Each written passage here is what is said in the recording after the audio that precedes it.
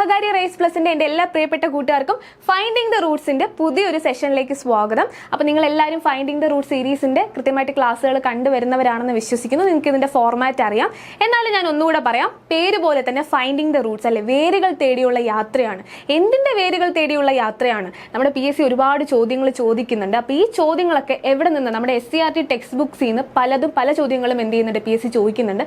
അപ്പോൾ അത് എവിടെ നിന്നാണ് അല്ലെ? നമ്മുടെ പ്രധാനപ്പെട്ട എക്സാംസിൽ PSC ചോദിച്ച ചില ചോദ്യങ്ങളാണ് നമ്മൾ എന്ത് ചെയ്യുന്നത്, ഈ ഒരു സെക്ഷനിൽ നമ്മൾ ഡിസ്കസ് ചെയ്യുന്നത്. അത് എവിടെ നിന്നാണ്, ഏത് SCERT ടെക്സ്റ്റ് ബുക്കിൽ നിന്നാണ് അത് ചോദിച്ചിരിക്കുന്നത്, നമുക്ക് എങ്ങനെ ആ ചോദ്യത്തിന്റെ ഉത്തരത്തിലേക്ക് ഒരു SCERT ടെക്സ്റ്റ് ബുക്ക് വെച്ച് അനലൈസ് ചെയ്ത് എത്താനായിട്ട് സാധിക്കും. ഇതാണ് നമ്മൾ ഈ ഫൈൻഡിങ് ദ റൂട്ട്സ് കൊണ്ട് ഉദ്ദേശിക്കുന്നത്. ഓക്കെ അല്ലേടാ, ക്ലിയർ അല്ലേ? അപ്പോൾ ഇന്ന് ഞാനിവിടെ എടുത്തിരിക്കുന്ന ഒരു ചോദ്യം എന്ന് പറയുന്നത് നമ്മുടെ 2025 ഡിഗ്രി പ്രിലിംസ്, അതായത് 72/2025 ആ ഒരു ചോദ്യ പേപ്പറിൽ ചോദിച്ച ഒരു ചോദ്യമാണ് അല്ലേ. നിങ്ങൾ പലർക്കും പരിചിതമായിട്ടുള്ളൊരു ചോദ്യമായിരിക്കും. എന്നാലും നമുക്ക് നോക്കി നോക്കാം. നോക്കിയേടാ, in situ biodiversity conservation methods are എന്നൊരു ചോദ്യമാണ്.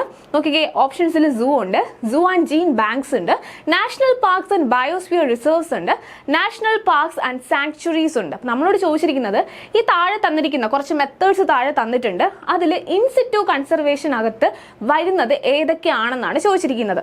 ഓപ്ഷൻസിൽ നമ്മൾ സൂ ഉണ്ട്, അതിൽ പിന്നെ എന്തൊക്കെയാണ്, സൂ ആൻഡ് ജീൻ ബാങ്ക്സ് ഉണ്ട്, നാഷണൽ പാർക്സും അതുപോലെ തന്നെ ബയോസ്ഫിയർ റിസർവ്സും ഉണ്ട്, നാഷണൽ പാർക്സും സാങ്ച്വറീസും ഉണ്ട് അല്ലെ. അപ്പൊ നമുക്ക് ഇതിന്റെ ഉത്തരത്തിലേക്ക് എത്തണമെങ്കിൽ നമ്മൾ എന്ത് ചെയ്യണം? ആദ്യം നമുക്ക് എന്താണ് ഇൻസിറ്റു കൺസർവേഷൻ എന്നുള്ളത് അറിയണം അല്ലെ. അതിനുശേഷം എന്താണ് എക്സിറ്റു കൺസർവേഷൻ എന്നുള്ളത് അറിയണം അല്ലെ. എന്നാൽ മാത്രമേ നമുക്ക് ഈ ഓപ്ഷൻസിനെ എല്ലാം എന്ത് ചെയ്യാൻ പറ്റൂ, നമുക്ക് അതിനെല്ലാം വിശകലനം ചെയ്ത് നമുക്ക് നമ്മുടെ ഉത്തരത്തിലേക്ക് എത്താനായിട്ട് സാധിക്കുകയുള്ളൂ. അപ്പൊ നമുക്ക് ഇതിന്റെ കൃത്യമായിട്ടുള്ള ഒരു ഇത് കിട്ടുന്നത് ഏത് SCERT ടെക്സ്റ്റ് ബുക്കിലാണെന്ന് അറിയാവോ? നമ്മുടെ 8ാം ക്ലാസ്സിലെ ബേസിക് സയൻസ് പാർട്ട് 2 ടെക്സ്റ്റ് ബുക്കിലെ വൈവിധ്യം നിലനിൽപ്പിന് എന്നുള്ളൊരു ചാപ്റ്ററിനകത്ത് കൃത്യമായിട്ട് വളരെ ഡീറ്റെയിൽഡ് ആയിട്ട് തന്നെ ഈ ഒരു ഇൻസിറ്റു ബയോഡൈവേഴ്സിറ്റി അല്ലെങ്കിൽ എക്സിറ്റു ബയോഡൈവേഴ്സിറ്റിയൊക്കെ പറ്റിയിട്ട് വളരെ ഡീറ്റെയിൽഡ് ആയിട്ട് അതിനകത്ത് പറയുന്നുണ്ട്. ഓക്കെ, അപ്പോൾ ആ ഒരു ടെക്സ്റ്റ് വായിക്കുന്ന ഒരു കുട്ടിയെ സംബന്ധിച്ചിടത്തോളം എന്ത് ചെയ്യാൻ പറ്റും, പെട്ടെന്ന് ഇതിൻ്റെ ഉത്തരത്തിലേക്ക് എത്താനായിട്ട് സാധിക്കും. ഓക്കെ, നമുക്ക് നോക്കി നോക്കാം. ആദ്യം തന്നെ ഇവിടെ പറയുന്നത് വേറൊന്നുമല്ല, ജീവജാലങ്ങളെ അവയുടെ സ്വാഭാവിക ആവാസ വ്യവസ്ഥകളിൽ തന്നെ സംരക്ഷിക്കുന്ന ഇൻസിറ്റു കൺസർവേഷൻ. നോക്കിക്കേടാ, ഇൻസിറ്റു കൺസർവേഷൻ രീതിയും അതുപോലെ തന്നെ ജീവജാലങ്ങളെ അവയുടെ സ്വാഭാവിക ആവാസ വ്യവസ്ഥയ്ക്ക് പുറത്ത് സംരക്ഷിക്കുന്ന എക്സിറ്റു കൺസർവേഷൻ രീതിയും നിലവിലുണ്ട്. ഓക്കെ, നമുക്കൊന്ന് ജസ്റ്റ് നോക്കി നോക്കാം. ഇത് നിങ്ങൾക്ക് കൺഫ്യൂഷൻ ആവേണ്ട കാര്യമില്ല. സിമ്പിളായിട്ട് പറയുകയാണെങ്കിൽ വേറൊന്നുമല്ല, ജീവജാലങ്ങളെ അവയുടെ സ്വാഭാവിക ആവാസ വ്യവസ്ഥകളിൽ തന്നെ സംരക്ഷിക്കുന്ന ഇൻസിറ്റു കൺസർവേഷൻ. അതായത് ഒരു ജീവജാലം അവൻ എവിടെയാണോ ജനിച്ച് വളർന്നത് അവിടെ തന്നെ എന്ത് ചെയ്യുന്നു, അവനെ സംരക്ഷിക്കുന്നു. അവനിപ്പോൾ ഒരു വനത്തിലാണ് ജനിച്ച് വളർന്നതെങ്കിൽ ആ വനത്തെ കൂടെ സംരക്ഷിച്ചുകൊണ്ട് അവൻ എവിടെയാണോ ഉള്ളത് ആ ഒരു അവൻ്റെ ആവാസ വ്യവസ്ഥയെ മൊത്തത്തിൽ സംരക്ഷിച്ചുകൊണ്ട് നമ്മൾ സംരക്ഷിക്കുന്നതിനെയാണ് ഇൻസിറ്റു അല്ലെ, അകത്ത് എന്നുള്ള അർത്ഥത്തിൽ ആലോചിച്ചാൽ മതി. എന്താണ്, ഒരു ജീവജാലം എവിടെയാണോ ഉള്ളത് അതിൻ്റെ ആ ഒരു സ്വാഭാവികമായിട്ടുള്ള ആവാസ വ്യവസ്ഥയിൽ തന്നെ നമ്മൾ അതിനെ സംരക്ഷിക്കുന്നതിനെയാണ് നമ്മൾ എന്ത് പറയുന്നത്, ഇൻസിറ്റു കൺസർവേഷൻ എന്ന് പറയുന്നത്. എന്നാൽ എക്സിറ്റു കൺസർവേഷൻ എന്ന് പറയുമ്പോൾ ആ സ്വാഭാവിക ആവാസ വ്യവസ്ഥയ്ക്ക് പുറത്ത്. നിങ്ങൾ എല്ലാവരും മൃഗശാലകളിൽ പോയിട്ടുണ്ടായിരിക്കും അല്ലേ. അപ്പം നിങ്ങൾ അവിടെ ചെല്ലുമ്പോൾ അവിടെ നിങ്ങൾ ആരെയൊക്കെ കാണും? പുലിയെ കാണും, കടുവയെ കാണും, ആനയെ കാണും അല്ലെ, പല കുട്ടികളെ കാണും, കുരങ്ങിനെ കാണും. ഇങ്ങനെ പല ആൾക്കാരെ പല വെറൈറ്റീസിലുള്ള ജീവജാലങ്ങളെ നിങ്ങൾക്ക് അവിടെ കാണാനായിട്ട് സാധിക്കും. ഇവരെല്ലാം ജനിച്ച് വളർന്നത് അവിടെയാണോ? അല്ല, ഏതൊക്കെയോ സ്ഥലങ്ങളിൽ ഉള്ള ഇവരെന്ത് ചെയ്യാണ്, സംരക്ഷിക്കാൻ വേണ്ടിയിട്ട് അവർക്ക് ജീവിക്കാൻ പറ്റുന്ന രീതിയിലുള്ള ഒരു ആവാസ വ്യവസ്ഥ ഒരുക്കിക്കൊണ്ട് ഒരു സ്ഥലത്തേക്ക് ഇവരെല്ലാവരും കൊണ്ടുവന്നിരിക്കുകയാണ്. അങ്ങനെയല്ലേ മൃഗശാലകൾ വർക്ക് ചെയ്യുന്നത്. അപ്പോൾ അതാണ് എക്സിറ്റു കൺസർവേഷൻ എന്ന് പറയുന്നത്. അതായത് ഒരു ജീവജാലത്തിന്റെ അതിന്റെ സ്വാഭാവികമായിട്ടുള്ള ആവാസ വ്യവസ്ഥയ്ക്ക് പുറത്ത് കൊണ്ടുവന്ന് നമ്മൾ സംരക്ഷിക്കുകയാണെങ്കിൽ അതിനെയാണ് നമ്മൾ എക്സിറ്റു കൺസർവേഷൻ എന്ന് പറയുന്നത്. ഞാൻ പറഞ്ഞത് ക്ലിയർ ആയല്ലോ? എന്താണ് ഇൻസിറ്റു എന്ന് പറയുന്നത്? എന്താണ്, ഒരു ജീവജാലം എവിടെയാണോ ജനിച്ച് വളർന്നത് അവിടെ തന്നെ നമ്മൾ അതിനെ സംരക്ഷിക്കുന്നതിനെയാണ് നമ്മൾ എന്ത് പറയുന്നത്, ഇൻസിറ്റു കൺസർവേഷൻ എന്ന് പറയുന്നത്. എന്നാൽ എക്സിറ്റു എന്ന് പറയുന്നത് പുറത്ത്, ഒരു ജീവജാലം ജനിച്ച് വളർന്ന ആവാസ വ്യവസ്ഥയ്ക്ക് അതിന് പുറത്ത് അതിനെ സംരക്ഷിക്കുന്ന, അതിന്റെ സ്വാഭാവിക ആവാസ വ്യവസ്ഥയ്ക്ക് പുറത്ത് അതിനെ സംരക്ഷിക്കുന്നതിനെയാണ് നമ്മൾ എന്ത് പറയുന്നത്, എക്സിറ്റു കൺസർവേഷൻ എന്ന് പറയുന്നത്. ക്ലിയർ അല്ലേടാ? ഇനി ഇതിൽ ഓരോന്നിലും വരുന്നത് അല്ലെ, ഇൻസിറ്റു കൺസർവേഷൻ മെത്തേഡ്സിനകത്ത് വരുന്നത് ഏതൊക്കെയാണ്? നമ്മുടെ ചോദ്യത്തിനുള്ള ഉത്തരം നിങ്ങൾക്ക് ഇവിടെ നിന്ന് കിട്ടും. അപ്പോൾ എന്ത് ചെയ്യുക, ശ്രദ്ധിച്ചിരിക്കുക. ഇൻസിറ്റു കൺസർവേഷൻ മെത്തേഡ്സിൽ വരുന്ന ആൾക്കാരാണ് ഇനി ഞാൻ പറയാൻ വേണ്ടി പോകുന്നത്. ഇൻസിറ്റു കൺസർവേഷൻ എന്താണെന്ന് ഓർമ്മയുണ്ടല്ലോ? എന്താണ്? ഒരു ജീവജാലം അവൻ എവിടെയാണോ ജനിച്ചു വളർന്നത് അവിടെ തന്നെ എന്ത് ചെയ്യുന്നു, അവന് ജീവിക്കാൻ അല്ലെ അവനെ സംരക്ഷിക്കുന്നത്, അവിടെ തന്നെ അതിനെ നിലനിർത്തിക്കൊണ്ട് നമ്മൾ സംരക്ഷിക്കുന്നതിനെയാണ് ഇൻസിറ്റു കൺസർവേഷൻ എന്ന് പറയുന്നത്.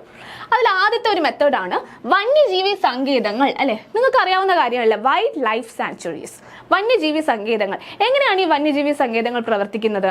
ആവാസ വ്യവസ്ഥകളെ പരിരക്ഷിച്ചുകൊണ്ട് വന്യജീവികളുടെ വംശനാശം തടയാനായി പ്രഖ്യാപിക്കപ്പെട്ടിട്ടുള്ള വനമേഖലകളാണിവ. എന്താണ്? വനമേഖലകളാണ് അല്ലെ. അതായത് വംശനാശ ഭീഷണി നേരിടുന്ന ഒരുപാട് ജീവജാലങ്ങളൊക്കെ നമുക്ക് ചുറ്റിനുണ്ട് അല്ലേ. അപ്പൊ അങ്ങനെയുള്ള ജീവജാലങ്ങൾ അവരെവിടെയാണോ ഉള്ളത് ആ ആവാസ വ്യവസ്ഥകളെ അവയെ പരിരക്ഷിച്ചുകൊണ്ട് ആ വന്യജീവികളുടെ വംശനാശം തടയാനായിട്ട് ചെയ്തിരിക്കുന്നതാണ് എന്ത്, വൈൽഡ് ലൈഫ് സാങ്ച്വറീസ് എന്ന് പറയുന്നത് അല്ലേ. ഇപ്പോൾ ഒരു ജീവജാലം അല്ലെങ്കിൽ ആ ജീവജാലത്തിന്റെ കൂട്ടം അതൊരു വനത്തിലാണെങ്കിൽ അവയെ നമുക്ക് സംരക്ഷിക്കാൻ വേണ്ടി നമ്മൾ ആ വനത്തെ മൊത്തത്തിൽ എന്ത് ചെയ്യുന്നു, സംരക്ഷിക്കുന്നു. അതാണ് എന്ത്, വൈൽഡ് ലൈഫ് സാങ്ച്വറീസ് എന്ന് പറയുന്നത്. ഓക്കെ അല്ലേടാ? ഇനി നോക്കിക്കേ, നമ്മുടെ പേപ്പാറ അതുപോലെ തന്നെ പെരിയാർ, വയനാട് തുടങ്ങിയ കേരളത്തിലെ വന്യജീവി സങ്കേതങ്ങൾക്ക് ഉദാഹരണങ്ങളാണ്. ഒരുപാട് വന്യജീവി സങ്കേതങ്ങളുണ്ട്. അതിൽ കുറച്ചാണ് ഇവിടെ പറഞ്ഞിരിക്കുന്നത്. പെരിയാർ, വയനാട് അതുപോലെ തന്നെ പേപ്പാറ വന്യജീവി സങ്കേതങ്ങൾ. ഇതൊക്കെ എന്താണ്, കേരളത്തിലുള്ള വന്യജീവി സങ്കേതങ്ങൾക്ക് ഉദാഹരണങ്ങളാണ്. അടുത്തതാണ് നാഷണൽ പാർക്സ് എന്ന് പറയുന്നത്. നാഷണൽ പാർക്സ് എന്താണ്? നമ്മുടെ വന്യജീവി സംരക്ഷണത്തോടൊപ്പം പിന്നെ അവിടെ എന്തുകൂടി ഉദ്ദേശിക്കുന്നുണ്ട്, ഒരു മേഖലയിലെ ചരിത്ര സ്മാരകങ്ങൾ, പ്രകൃതി വിഭവങ്ങൾ, ഭൗമ സവിശേഷതകൾ എന്നിവ കൂടി സംരക്ഷിക്കുന്ന അല്ലെ അങ്ങനെ അതിനുവേണ്ടി രൂപപ്പെടുത്തിയിട്ടുള്ളവയാണ് എന്ത്, നാഷണൽ പാർക്സ് എന്ന് പറയുന്നത്. അതായത് വന്യജീവികളെ മാത്രം സംരക്ഷിക്കുക എന്നുള്ള ഒരു ഉദ്ദേശം മാത്രമല്ല അവിടെ വരുന്നത്. അവിടെ എക്സ്ട്രാ എന്താണ് ഇതിൽ നിന്ന് എക്സ്ട്രാ അവിടെ വരുന്നതെന്ന് ചോദിച്ചു കഴിഞ്ഞാൽ എന്താണ്, അവിടെ ആ മേഖലയിൽ തന്നെയുള്ള ചരിത്ര സ്മാരകങ്ങൾ, അതുപോലെ തന്നെ പ്രകൃതി വിഭവങ്ങൾ, അതുപോലെ തന്നെ ഭൗമ സവിശേഷതകൾ, ഇതിനെ കൂടെ സംരക്ഷിക്കുക എന്നൊരു ഉദ്ദേശം ആർക്കുണ്ട്, നാഷണൽ പാർക്സിനുണ്ട്. ഇനി നോക്കിക്കേ, നമ്മുടെ ഇരവികുളം നിങ്ങൾക്കറിയാം അല്ലെ. ഇരവികുളം, അതുപോലെ തന്നെ സൈലന്റ് വാലി, ആനമുടി ചോല, മതികെട്ടാൻ ചോല, പാമ്പാടും ചോല എന്നിവയാണ് കേരളത്തിലെ നിലവിലുള്ള നാഷണൽ പാർക്കുകൾ. അപ്പൊ കുറച്ച് പറയുന്നുണ്ട് എന്തൊക്കെയാണ്. ഇരവികുളം, സൈലന്റ് വാലി, ആനമുടി ചോല, മതികെട്ടാൻ ചോല, പാമ്പാടും ചോല. ഓക്കെ അല്ലേ? അപ്പൊ നിങ്ങൾ ഈ വന്യജീവി സങ്കേതങ്ങളായിക്കോട്ടെ നാഷണൽ പാർക്കുകൾ ആയിക്കോട്ടെ നിങ്ങൾ ചിന്തിച്ചു കഴിഞ്ഞാൽ മനസ്സിലാവും എന്താണ്, ഒരു ജീവി എവിടെയാണോ ഉള്ളത് ആ ആവാസ വ്യവസ്ഥയെ തന്നെ സംരക്ഷിക്കുകയാണ് അല്ലേ. അല്ലാതെ നമ്മൾ ആ ജീവജാലങ്ങളെ അവിടെ നിന്ന് കൊണ്ടുവന്ന് സംരക്ഷിക്കുന്നതല്ല. സോ അതുകൊണ്ടാണ് ഇത് ഇൻസിറ്റു കൺസർവേഷനകത്ത് വൈൽഡ് ലൈഫ് സാങ്ച്വറീസും അതുപോലെ നാഷണൽ പാർക്സും വരുന്നത്. ഓക്കെ അല്ലേടാ? ക്ലിയർ അല്ലേ? അടുത്തതാണ് കമ്മ്യൂണിറ്റി റിസർവ്സ് എന്ന് പറയുന്നത്.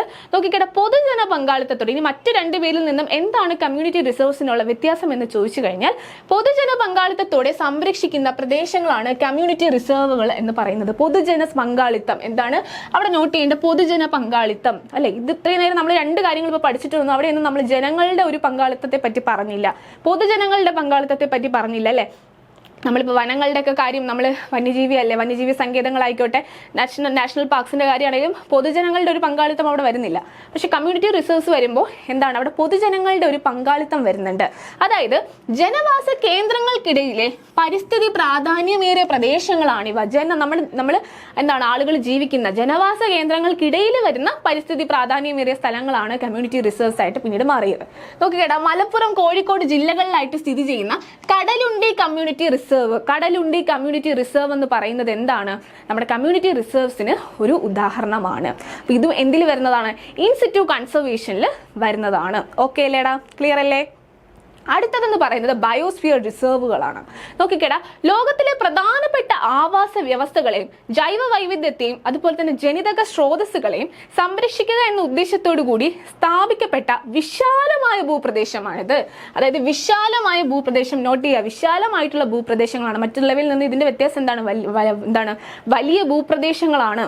എങ്ങനെയാണ്, ലോകത്തിലെ തന്നെ പ്രധാനപ്പെട്ട ചില ആവാസ വ്യവസ്ഥകൾ അല്ലെങ്കിൽ വൈവിധ്യങ്ങൾ, ജനിതക സ്രോതസ്സുകൾ ഇതിനെയൊക്കെ സംരക്ഷിക്കുക എന്ന ഉദ്ദേശത്തോടു കൂടി സ്ഥാപിക്കപ്പെട്ട വിശാലമായിട്ടുള്ള ഭൂപ്രദേശങ്ങളെയാണ് നമ്മൾ ബയോസ്ഫിയർ റിസർവ്സ് എന്ന് പറയുന്നത്. അതിന് എക്സാമ്പിൾ ആണ് നീലഗിരി, അതുപോലെ തന്നെ അഗസ്ത്യമല എന്നീ ബയോസ്ഫിയർ റിസർവുകൾ. എന്താണ്, കേരളത്തിലെ പ്രദേശങ്ങൾ കൂടി ഉൾപ്പെട്ടുകൊണ്ട് വരുന്നതാണ് നീലഗിരിയും അഗസ്ത്യമലയും ഒക്കെ. ഓക്കെ അല്ലേ? ഇതും ഇൻസിറ്റു കൺസർവേഷനകത്ത് വരുന്നതാണ്. ഓക്കെ അല്ലേടാ? ഇനി നിങ്ങൾക്കറിയാം കാവുകൾ. പണ്ട് കാലത്തൊക്കെ നമ്മുടെ നാട്ടിൽ ഒരുപാട് കാവുകളുണ്ടായിരുന്നു, ഇന്നും ഉണ്ട്. പക്ഷെ എന്താണ്, പണ്ടുണ്ടായിരുന്ന അത്രയൊന്നും ഇന്ന് ഇല്ല. ഇന്ന് പലതും നമ്മൾ നശിപ്പിച്ച് ഇന്ന് കാവുകളൊക്കെ വളരെ കുറവാണ്. അപ്പം നിങ്ങൾ കാവുകളെ പറ്റിയൊക്കെ ചിന്തിക്കുകയാണെങ്കിൽ എന്താണ്, മനുഷ്യവാസ പ്രദേശങ്ങളിൽ സംരക്ഷിച്ചു വരുന്ന വിസ്തൃതി കുറഞ്ഞ ജൈവ വൈവിധ്യ മേഖലയാണ് കാവുകൾ. ഭയങ്കര വലുതാണോ? നമ്മളിപ്പം നാഷണൽ പാർക്സുകളെ പറ്റി പറഞ്ഞു, അല്ലെ, വൈൽഡ് ലൈഫ് സാങ്ച്വറീസിനെ പറ്റി പറഞ്ഞു, ബയോസ്ഫിയർ റിസർവ്സിനെ പറ്റി പറഞ്ഞു. ഇതൊക്കെ പോലെ അത്രയും വലുതാണോ കാവുകൾ എന്ന് പറയുന്നത്? അല്ല. എന്താണ്, വളരെ സംരക്ഷിച്ചു വരുന്ന വളരെ വിസ്തൃതി കുറഞ്ഞ ജൈവ വൈവിധ്യ മേഖലകളാണ് കാവുകൾ എന്ന് പറയുന്നത്. പിന്നെ എന്താണ്, പിന്നെ എന്തൊക്കെ കാര്യങ്ങളാണ് പറയുന്നത്? ജീവിത സാഹചര്യങ്ങളിൽ വന്ന മാറ്റങ്ങളുടെ ഭാഗമായിട്ട് എന്ത് ചെയ്തു? അമൂല്യ ജൈവ സമ്പത്തായിരുന്ന കാവുകൾ പലതും എന്താണ്, നാമാവിശേഷമായി. ഞാൻ ആദ്യം പറഞ്ഞു എന്താണ്, പണ്ട് കാലത്തുണ്ടായിരുന്ന അത്രയും കാവുകളൊന്നും ഇന്നില്ല. കാരണം എന്താണ്, നമ്മുടെ വേ ഓഫ് ലിവിങ്ങിൽ വന്ന മാറ്റം കൊണ്ട് ഈ പറഞ്ഞ കാവുകളൊക്കെ ഇന്ന് ഒരുപാട് ഇല്ലാതെ ആയിട്ടുണ്ട്. ഇനി ഏതാനും കാവുകൾ മാത്രമേ ഇന്ന് അവശേഷിക്കുന്നുള്ളൂ. പ്രദേശത്തെ ജലസംരക്ഷണത്തിൽ കാവുകളുടെ പങ്ക് എന്താണ്, നിസ്തുലമാണ്. അതായത് നമുക്കറിയാം ഈ കാവുകളിലൊക്കെ ഒരുപാട് മരങ്ങളൊക്കെ കാണും അല്ലേ. അപ്പൊ അങ്ങനെ വരുമ്പോൾ അതുകൊണ്ടാണ് ജലസംരക്ഷണം ഈ കാവുകളുടെ ഒരു പ്രത്യേകതയായിട്ട് പറയുന്നത്. ഇതും ഇൻസിറ്റു കൺസർവേഷനകത്ത് വരുന്നതാണ്. ഓക്കെ അല്ലേ, ക്ലിയർ അല്ലേടാ? നമ്മൾ ആ കാവുകൾ സംരക്ഷിക്കുമ്പോൾ അവിടെ ഈ പറഞ്ഞ കണക്ക് ജലസംരക്ഷണം വരുന്നുണ്ട്, അവിടെയും ഈ പറയുന്ന കുഞ്ഞു കുഞ്ഞു ജീവജാലങ്ങൾ വരും അല്ലേ, അവയൊക്കെ നമുക്ക് സംരക്ഷിക്കാനായിട്ട് സാധിക്കും. ഇനി ഇക്കോളജിക്കൽ ഹോട്ട്സ്പോട്ട്സ് വരുന്നുണ്ട്. എന്താണ് ഇക്കോളജിക്കൽ ഹോട്ട്സ്പോട്ട്സ്? പേരിൽ തന്നെ ഉണ്ടല്ലോ, ഹോട്ട്സ്പോട്ട്സ് ആണല്ലേ, ഹോട്ട്സ്പോട്ട്സ് ആണ്. നോക്കിക്കേടാ, തദ്ദേശീയമായിട്ട് ധാരാളമായിട്ടുള്ള എന്താണ് സ്പീഷീസുകൾ ഉൾക്കൊള്ളുന്നതും ആ ഒരു ഭീഷണി, അതായത് നമ്മുടെ ഒരു വംശനാശ ഭീഷണി പോലെ അത്രയും ഭയങ്കര വലിയ രീതിയിൽ ആ ഒരു ഭീഷണി നേരിടുന്ന ജീവജാലങ്ങൾ അല്ലെങ്കിൽ ജൈവ വൈവിധ്യമുള്ള മേഖലയാണ് നമ്മൾ ഹോട്ട്സ്പോട്ട്സ് എന്ന് പറയുന്നത്. അത്രയും, അതുകൊണ്ടാണ് അതിനെ ഹോട്ട്സ്പോട്ട്സ് എന്ന് പറയുന്നത്. അത്രയും എന്താണ് ഈ പറയുന്ന ആവാസനാശ ഭീഷണി നേരിടുന്ന അല്ലെങ്കിൽ ഈ പറഞ്ഞ വംശനാശ ഭീഷണിയൊക്കെ നേരിടുന്ന അത്രയും ഇതായിട്ടുള്ള ജീവജാലങ്ങളുള്ള സ്ഥലങ്ങളാണ് ഹോട്ട്സ്പോട്ട്സ് എന്ന് പറയുന്നത്. അതീവ പരിസ്ഥിതി പ്രാധാന്യമേറിയ ജൈവ സമ്പന്ന മേഖലകളാണ് ഈ പറയുന്ന ഹോട്ട്സ്പോട്ട്സ് എന്ന് പറയുന്നത്. നോക്കിക്കുക, അതീവ പരിസ്ഥിതി പ്രാധാന്യമേറിയ ജൈവ സമ്പന്ന മേഖലകളാണ് ഓരോ ഹോട്ട്സ്പോട്ടും. ലോകത്താകമാനം എത്രയാണ്? 34 ഹോട്ട്സ്പോട്ടുകൾ ഉള്ളതിൽ എത്ര എണ്ണം? 3 എണ്ണം നമ്മുടെ ഇന്ത്യയിലാണ്. എത്രയാണ്? 3 എണ്ണം നമ്മുടെ ഇന്ത്യയിലാണ് ഉള്ളത്. ഇനി നോക്കിക്കേ, പശ്ചിമഘട്ടം, വടക്ക് കിഴക്കൻ ഹിമാലയം, പശ്ചിമഘട്ടം അതുപോലെ തന്നെ വടക്ക് കിഴക്കൻ ഹിമാലയം, ഇന്തോ ബർമ മേഖല എന്നിവയാണ് ആ 3 എണ്ണം എന്ന് പറയുന്നത്. ഓക്കെ അല്ലേ, ക്ലിയർ അല്ലേടാ? ഇതെല്ലാം ഇൻസിറ്റു കൺസർവേഷനകത്ത് വരുന്ന കാര്യങ്ങളാണ്. ഓക്കെ അല്ലേ? ഇനി നമ്മൾ പഠിക്കാൻ വേണ്ടി പോകുന്നത് എക്സിറ്റു കൺസർവേഷൻ ആണ്. വളരെ എളുപ്പമാണ്. നമ്മുടെ ഇൻസിറ്റു കൺസർവേഷന് നേരെ ഓപ്പോസിറ്റ് ആണ്. അതായത് ഒരു ജീവജാലം അവൻ്റെ ആവാസ വ്യവസ്ഥയിൽ നിന്ന് അവനെ മാറ്റി നമ്മൾ എന്ത് ചെയ്യുന്നു, നമ്മുടെ ആർട്ടിഫിഷ്യലായിട്ട് കുറേ കാര്യങ്ങളൊക്കെ നിർമ്മിച്ച് എന്താണ് ആ ജീവജാലത്തിനെ എങ്ങനെ അതിനെ നമുക്ക് സംരക്ഷിക്കാം, അല്ലെങ്കിൽ അതിന് നിലനിന്ന് പോകാൻ വേണ്ടിയിട്ടുള്ള എല്ലാവിധ സൗകര്യങ്ങളും ഒരുക്കിക്കൊണ്ട് നമ്മൾ അതിനെ സംരക്ഷിക്കുന്നു. അവൻ്റെ ആവാസ വ്യവസ്ഥയിൽ നിന്ന് മാറ്റി പുറത്ത് വേറൊരു ഇതിലേക്ക് നമ്മൾ കൊണ്ടുവന്ന് സംരക്ഷിക്കുന്നതിനെയാണ് എന്ന് പറയുന്നത് എക്സിറ്റു കൺസർവേഷൻ എന്ന് പറയുന്നത്. അതിൽ തന്നെ സുവോളജിക്കൽ ഗാർഡനുകൾ അല്ലെ, നിങ്ങളെല്ലാവരും മൃഗശാലകളിൽ പോയിട്ടുള്ള ആൾക്കാരാണ്. അപ്പോൾ ഞാൻ നേരത്തെ പറഞ്ഞതുപോലെ നിങ്ങൾ അവിടെ എന്താണ് പലതരത്തിലുള്ള ജീവജാലങ്ങൾ കണ്ടിട്ടുണ്ട്, പക്ഷികളെ കണ്ടിട്ടുണ്ട്, വെറൈറ്റി ഓഫ് അല്ലെ പക്ഷികളെ കണ്ടിട്ടുണ്ട്, അതുപോലെ തന്നെ എന്താണ് നമ്മുടെ മൃഗങ്ങളെ കണ്ടിട്ടുണ്ട് അല്ലെ, പലതരത്തിലുള്ള കുരങ്ങുകൾ, അങ്ങനെ പലതരത്തിലുള്ള ആൾക്കാരെ നിങ്ങൾക്ക് അവിടെ കണ്ടിട്ടുണ്ട് അല്ലെ. അപ്പോൾ നോക്കിക്കേ, വ്യത്യസ്ത ഇനങ്ങളിൽപ്പെട്ട ജന്തുക്കളെ പ്രത്യേകമായിട്ട് പാർപ്പിച്ച് പരിപാലിക്കുകയും എന്താണ് വംശവർദ്ധനവ് വേണ്ട സാഹചര്യങ്ങൾ ഒരുക്കുകയും ചെയ്യുന്ന സംരക്ഷണ കേന്ദ്രങ്ങളെയാണ് നമ്മൾ സുവോളജിക്കൽ ഗാർഡൻസ് എന്ന് പറയുന്നത്. ഞാൻ നേരത്തെ പറഞ്ഞ പോലെ ഈ ജീവജാലങ്ങളൊന്നും ഇവിടെയല്ല ജനിച്ചത്, ഇവിടെയല്ല വളരുന്നത്. അവർ വേറെ എവിടെയോ ജനിച്ച് വളർന്ന ജീവജാലങ്ങളെ നമ്മൾ എന്ത് ചെയ്യുന്നു, സംരക്ഷിക്കുക എന്നൊരു ഉദ്ദേശത്തോടു കൂടി ഇവിടെ കൊണ്ടുവന്ന് അതിന്റെ വർദ്ധനവിന് വേണ്ടിയിട്ടുള്ള സൗകര്യങ്ങളൊക്കെ ഒരുക്കി കൊടുത്ത് അതിനുവേണ്ട എല്ലാ സൗകര്യങ്ങളും ഒരുക്കി കൊടുത്ത് നമ്മൾ അതിനെ സംരക്ഷിക്കുന്നതിനെയാണ് നമ്മൾ സുവോളജിക്കൽ ഗാർഡനുകൾ എന്ന് പറയുന്നത്. ഓക്കെ അല്ലേ, ക്ലിയർ അല്ലേടാ?